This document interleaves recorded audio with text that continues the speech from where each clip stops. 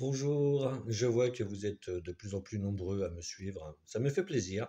Ça veut dire que mes idées ne sont pas si nulles que ça, sachant que je reprends ce que j'ai expliqué en première vidéo, c'est-à-dire le bon sens et puis des conseils qui sont donnés déjà par des professionnels.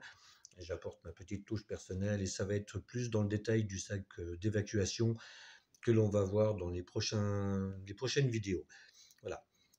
Petite chose donc aujourd'hui à ajouter par rapport au sac au niveau des papiers officiels,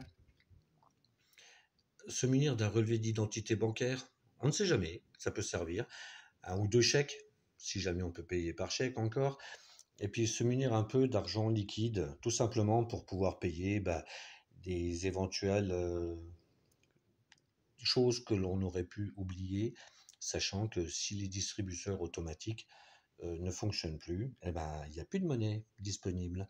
Ceux qui ont la chance de posséder des pièces d'argent, prenez-les parce que l'argent aura toujours une valeur qui sera effectivement monnayable. Même si le cours de l'euro s'effondre, l'argent aura toujours cette valeur. Voilà. Ensuite, je tiens à féliciter les gens qui auront remarqué que j'avais 18,70 € dans mon sac d'évacuation, sachant que non, ce n'est pas vrai. Après, chacun prend en fonction de ses moyens, en fonction de ce qu'il peut. Mais bon, avoir ce genre de moyens de règlement pour pouvoir négocier ou quoi que ce soit, ça peut être aussi très important. À bientôt dans une prochaine vidéo.